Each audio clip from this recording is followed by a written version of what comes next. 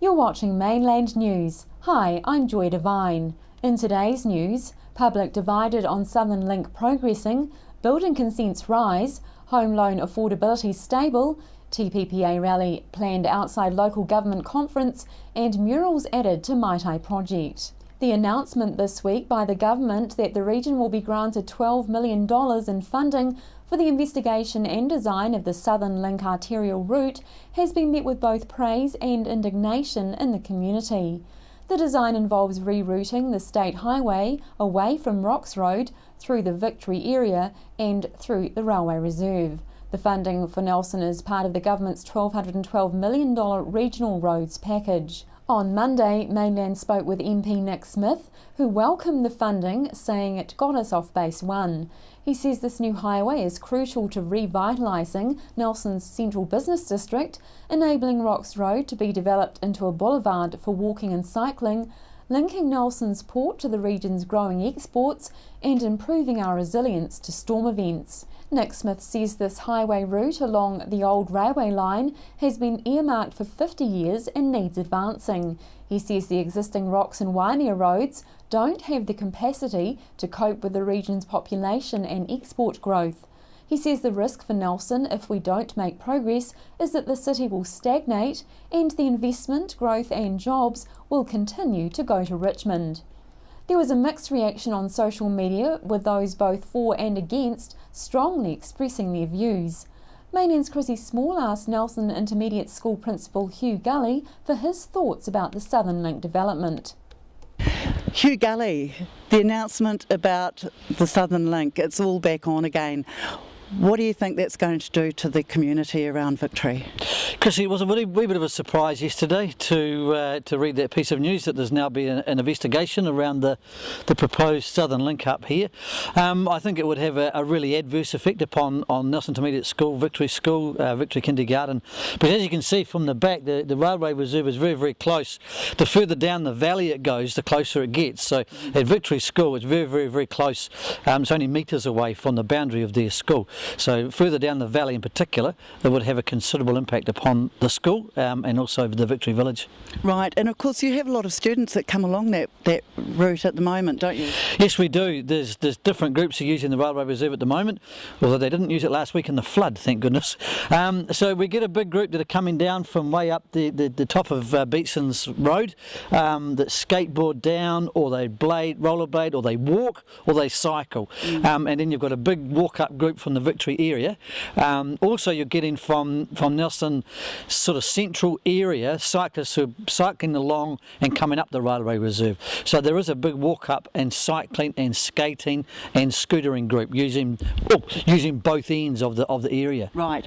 Okay, so it's a really utilised piece of land that's actually they're looking at perhaps turning into a major state highway. We're talking about a community here. Victory's really come together. It's probably one of the most close-knit communities that Nelson has. What's the general reaction that you know of to this news? I think they're really frightened. I think they're frightened around what it might look like and how it might split that community in two. So you'd have sort of two sides to it. I think the people are frightened around the safety of the young kiddies down there.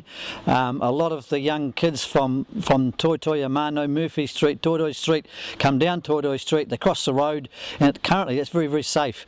If they're having to get down there and get across a 4-lane motorway or whatever the proposal is, I think there's a lot of concern around student safety. Right, and of course we all know the madness around coming to school time and commuter traffic. That's really going to impact a lot on Victory and Nelson Intermediate Schools at that time, isn't it? It'll just increase that pressure point, as you say. Rightly or wrongly, a lot of kids are brought to school by car, and that's just going to exacerbate that particular problem.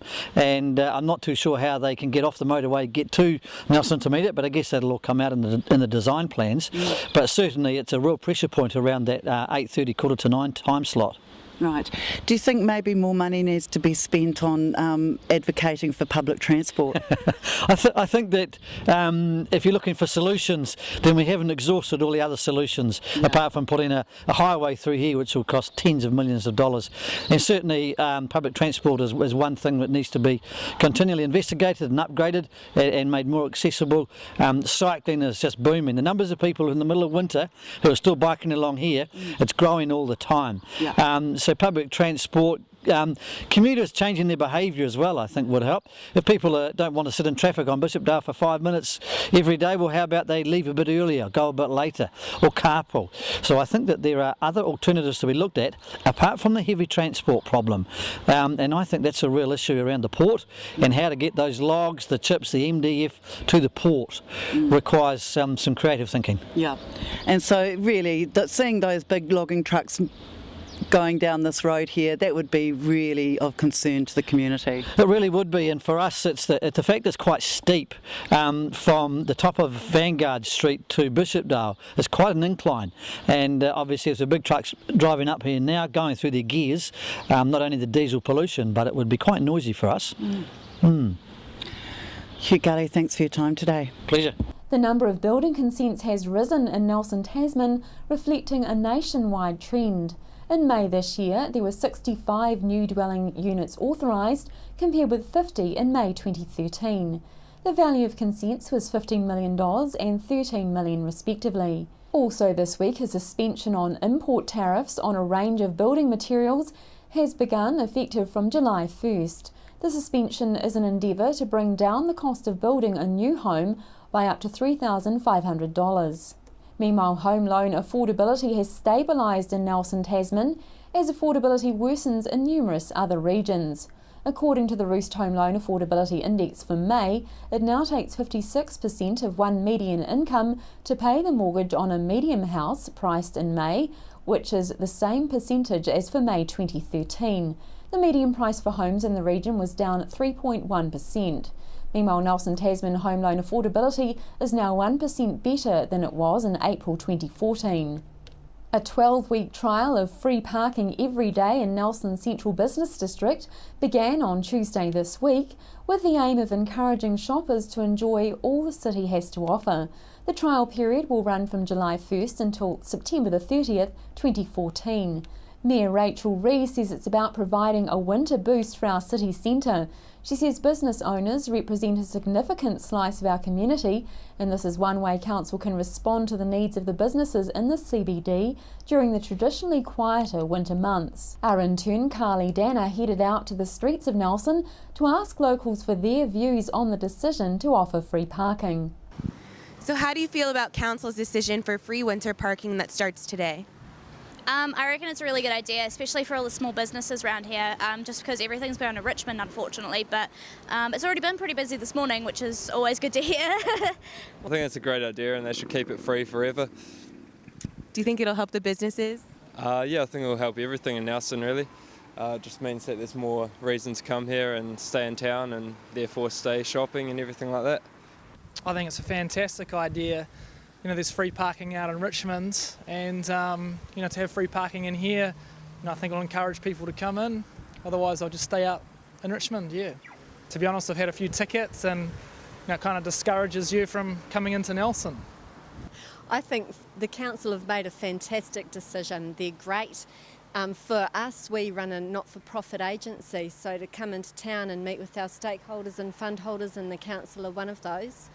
Now we don't have to pay or get a ticket to have our meetings, so it's great. I think that it's really forward thinking, and it's a great thing for the business community as well as for the consumer.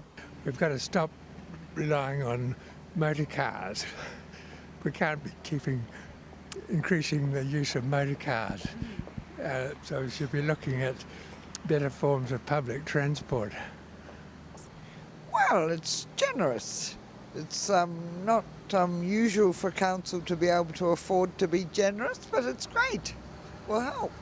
It will also help the people who worry about getting parking tickets and fines and stuff. It sounds a good idea from the point of view of the people who have cars that they want to park. Yeah, But how it works out financially, I don't know, because I know council is short on money. Do you see this helping the businesses at all during the winter season? I think that's the purpose of it.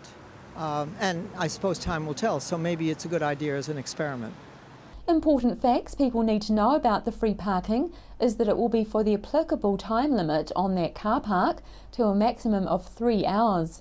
The central area of Wakatu Square will remain as all-day paid parking, while the 1 hour parking spaces around the edge of the square will be free, and infringement notices will be issued for anyone parking over the time limits. Expired warrants, registration and safety issues will still be enforced, but in some cases there may be a grace period and a reminder might be issued in the first instance rather than a fine. City workers are reminded this is not intended to be free all-day parking for commuters. Please park in your normal area outside the CBD. Any city workers who use the free city parking as all-day parking will be issued with infringement notices. New Zealand local government are having a conference in Nelson later this month, and a rally is being organised by those who are actively against progressing the Trans-Pacific Partnership Agreement. Organiser Graham O'Brien says their lack of debate on the effect a TPP agreement would have on our local councils forces them to take this opportunity to make themselves heard. At the conference, the local government New Zealand president is highlighting critical issues that will be asking political parties in the run-up to the election. Graham O'Brien says they want TPP and TISA to be included in those questions. The rally is taking place outside the Rutherford Hotel on Tuesday, the 22nd of July. Graham O'Brien says they must make sure the elected government is to serve the people and not corporations' best interests, regardless of which party is in power. And finally, another 2 mural installations have been added this month to the murals alongside the Maitai project. The 2 new murals have been funded by Nelson City Council and they're on council-owned buildings, but private property owners and sponsors are also invited to support the project.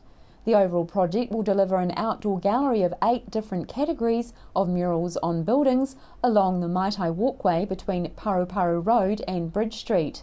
One of the latest murals overlooks the car park at the Almatuna Library. It is a motif-style design by Nelson artist Robbie Siataga Kavanagh. Produced on timber panels, the mural resembles a Polynesian tapa format. On closer inspection, repeated shapes and motif reveal transport icons, flora and fauna. Aeroplanes, shoes, skateboards, cars and canoes, to name a few, are arranged within 3 large blocks that bridge a water pattern underneath. The content in this riverside mural suggests the migration of people and the transportation of knowledge to Nelson. The second mural added this month is on the eastern wall of the riverside pool. Completely different in approach to materials and style, this art piece falls into the category of a tiled mural. It's a digital print on the back of polycarbonate glass panels and uses this modern production to enhance the ancient tile technique with convincing results. The tiled image reflects a modern expression of an underwater world full of strange aquatic plant life, fish, crustacea and microbiotic flotsam. It's the work of local artist Kathleen Bartha. Project manager Chris Finlayson says from the start of this project, it's been great to work with the artists and volunteers. He says they're halfway through the project and the hope that Nelsonians are getting a feel for the variety and visual appeal this walkway gallery can provide. After the break, we'll bring you the latest weather update and some events and happenings coming up from around the region.